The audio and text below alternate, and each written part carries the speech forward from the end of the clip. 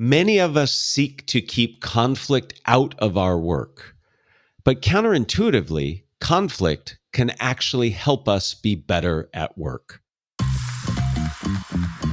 My name is Matt Abrahams, and I teach strategic communication at Stanford Graduate School of Business. Welcome to Think Fast, Talk Smart, the podcast. Today, I look forward to speaking with Amy Gallo. Amy is a workplace expert who writes and speaks about gender, interpersonal dynamics, difficult conversations, feedback, and effective communication. She is the author of Getting Along: How to Work with Anyone, Even Difficult People, and the HBR Guide to Dealing with Conflict. And she co-hosts HBR's popular Women at Work podcast. Amy, thanks for being here. Thanks for having me. I feel like we're going to have a lot to talk about. Oh, I agree. And I'm so excited to get started. Are you ready? I'm ready. Many of us see conflict as bad, as something that we should avoid. Can you give us your thoughts on conflict and its importance in relationships, teams, and organizations? Yeah. It's funny. You'd think that I would be brought in to situations, organizations, teams where people are having too much conflict, but it's actually quite the reverse. I'm often brought in because there's not enough disagreement happening. There's not enough feedback, not enough tension or friction.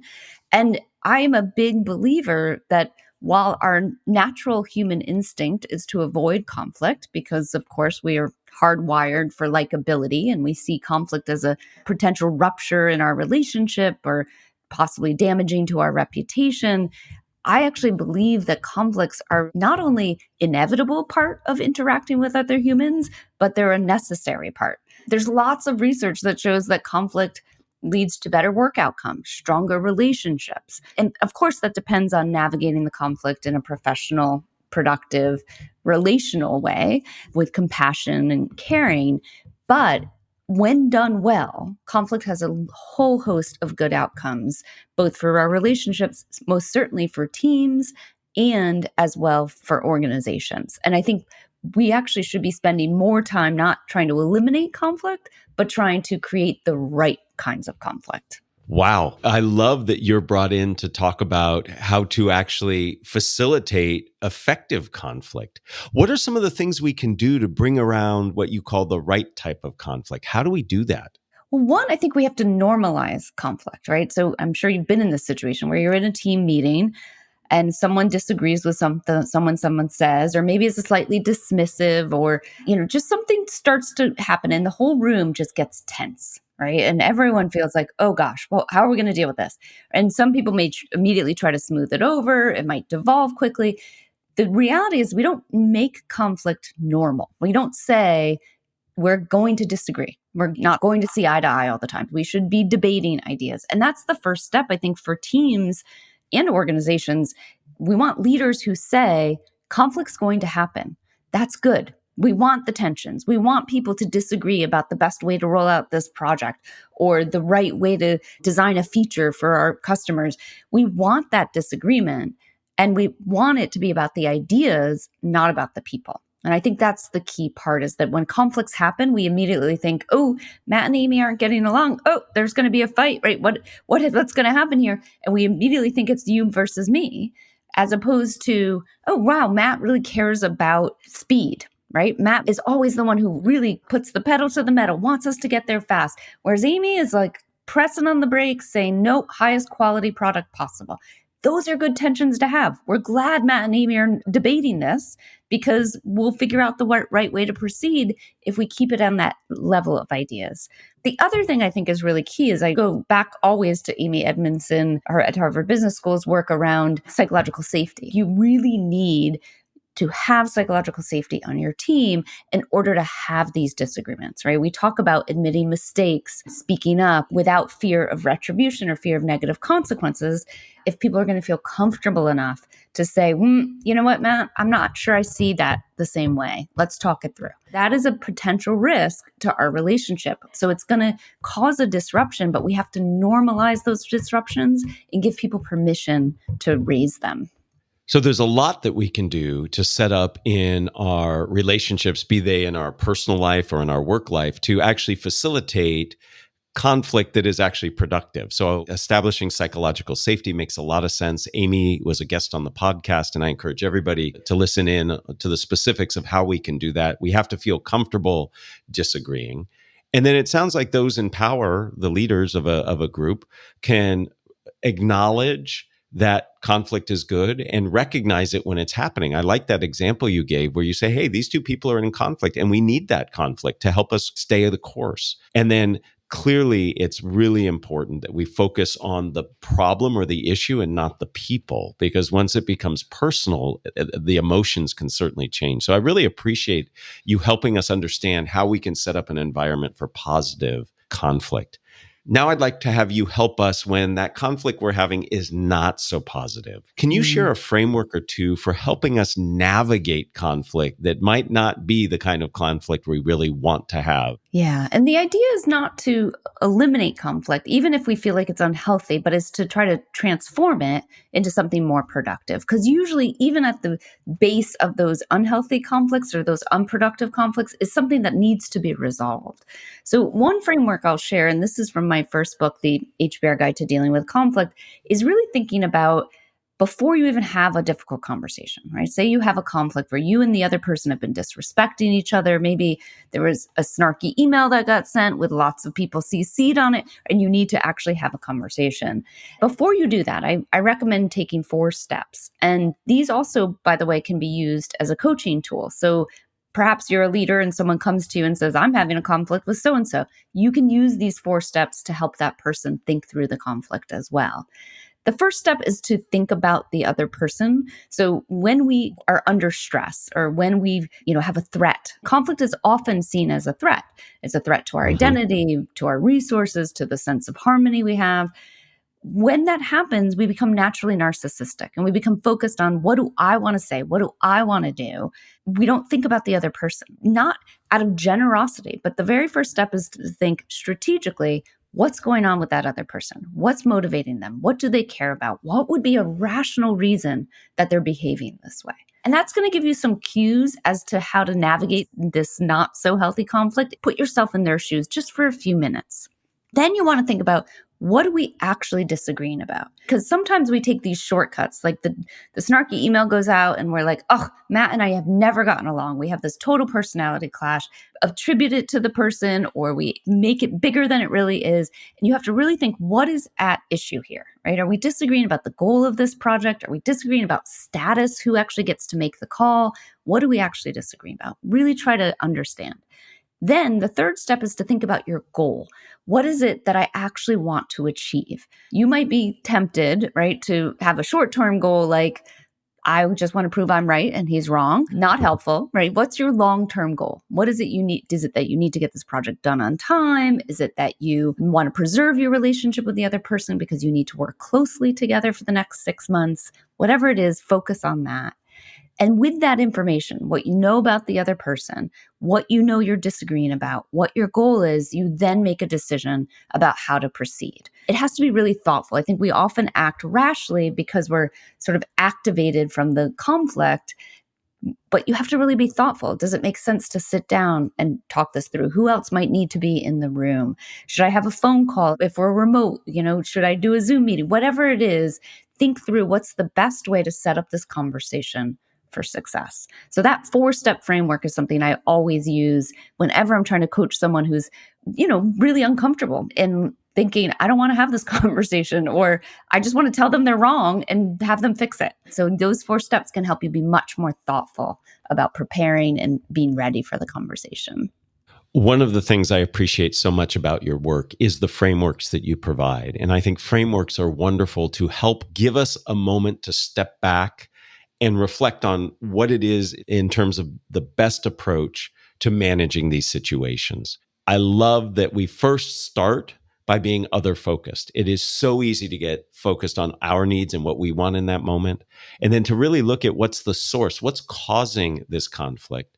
What is it I want to achieve for me and perhaps for the other person or the organization? And then to really create a plan for how to proceed. And then to think about when I actually do have the conversation, what's the best way to do it in terms of timing, in terms of who else needs to be present, and in terms of which is the best channel through which to have that communication really, really matters. I know for myself, when I'm in conflictual situations, I just want it to be over. I want to make sure that I get my way, and I just want to move on. Having a framework like yours can really help slow me down and make me other focused, which I think will really help in resolving these conflicts.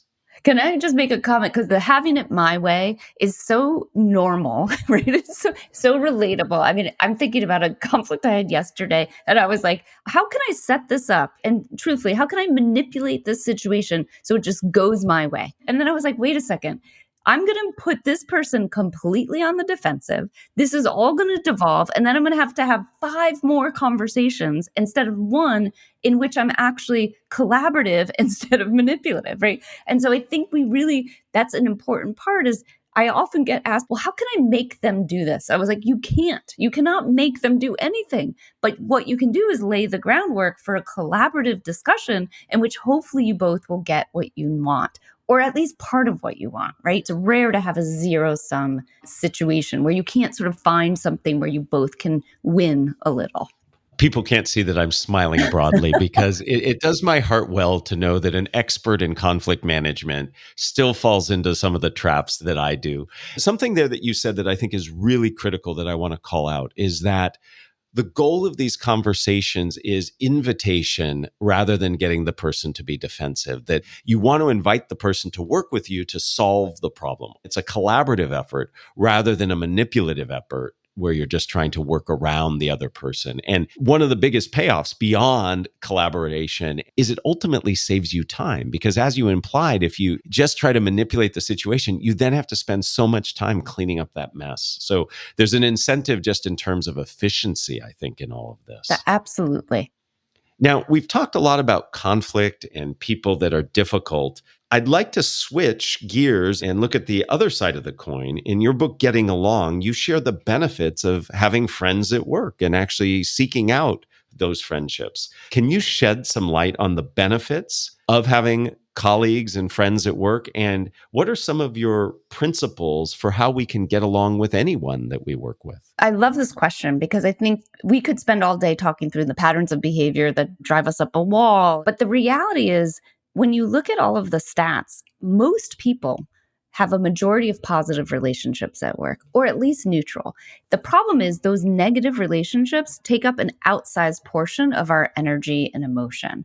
And so we're really thinking a lot about the difficult people, when in reality, we should be spending most of our time focusing on the more positive relationships, because there's lots and lots of research that shows that those positive relationships have such a huge benefit, not only emotionally on us, right? Of course, it feels good to have a best friend on work, but also creatively, in terms of efficiency.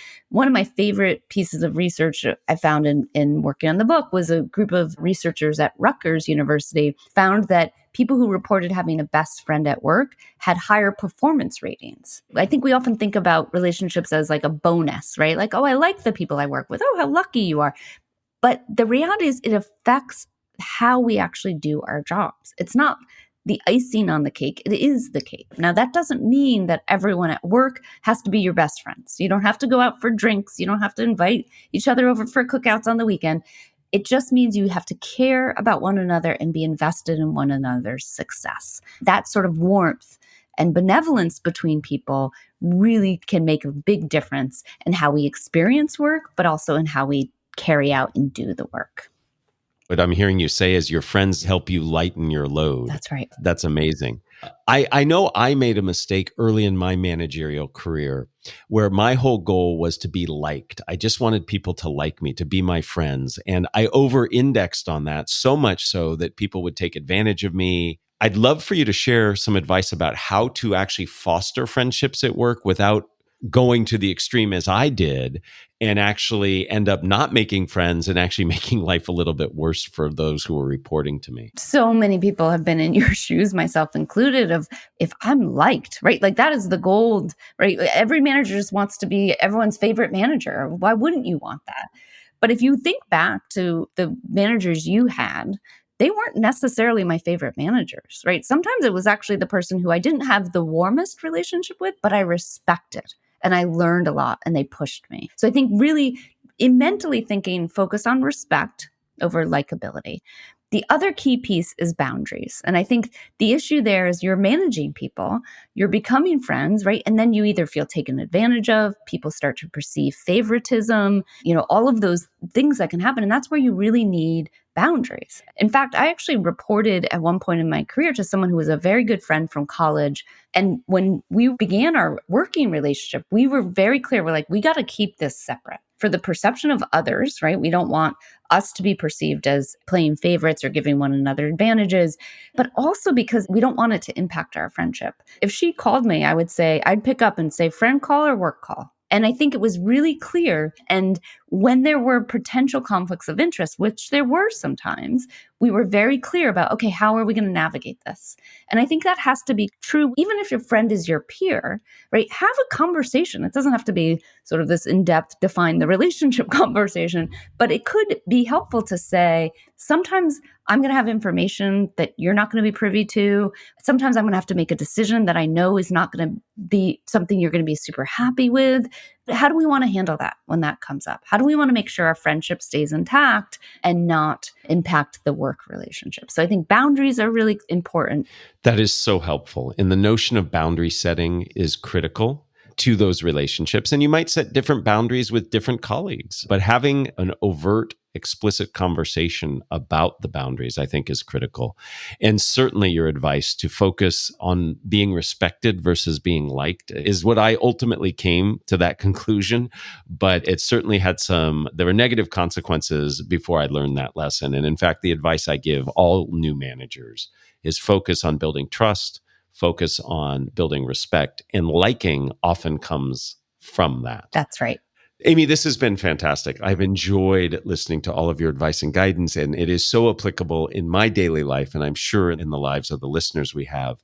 Before we end, I'd like to ask you 3 questions. One I'm going to create just for you, and the other 2 are consistent across all of our guests. Are you up for answering? Absolutely. Great. I'd like for you to think back to a challenging or conflictual situation you've had, and what are you most proud of in terms of how you handled it? I have a 17-year-old daughter, and we talk about conflict a lot. What I'm realizing and what I'm most proud of in sort of negotiating conflicts with her is being able to, in the moment, say, here are the various things that I'm struggling with. I want to be a good mom.